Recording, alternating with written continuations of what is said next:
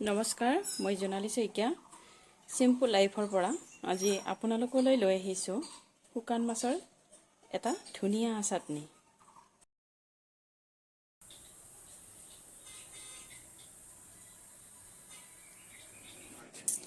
ইয়াত মই লৈছোঁ আদা কমকৈ লৈছোঁ। আদাৰ লগত কচু নিদিয়ে বুলিয়ে কয়, সেইকাৰণে মই আদা কমাই লৈছোঁ।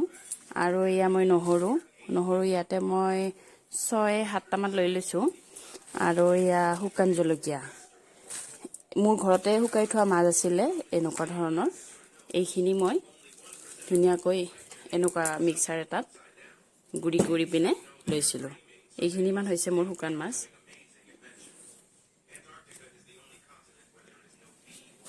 ঘৰত শুকাই থোৱা মাছো হ'ব পাৰে আৰু বজাৰৰ পৰা অনা মাছো হ'ব পাৰে, কোনো কথা নাই।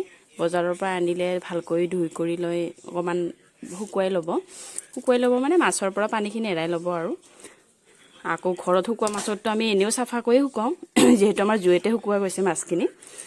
গতিকে এইখিনি মই মিক্সাৰ এটাত খুন্দি ল'লোঁ। আগৰ মানুহবোৰে এইবোৰ ঢেঁকীতেই খুন্দিছিলে, এতিয়া যিহেতু ঢেঁকী খুবেই কম, গতিকে এইখিনি মই মিক্সাৰত ধুনীয়াকৈ মিহি কৰি ল'লোঁ। আমাৰ ঘৰত আচলতে এনেকৈয়ে খায়, সেইকাৰণে ময়ো এনেকৈয়ে শুকান মাছৰ চাটনি ষ্ট'ৰ কৰি থৈ দিওঁ বনাই পিনে। বহু দিনলৈকে খাব পাৰি, একো বেয়া নহয়। আপোনালোকেও সেনেকৈ ঘৰত খাই চাবচোন।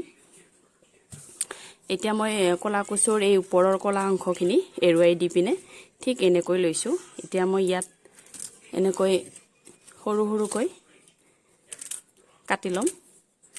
কাটি লৈ পিনে এই মাছখিনি মই নিদিওঁ আচলতে, এইখিনি আপোনালোকক দেখুৱাবলৈহে লৈছোঁ।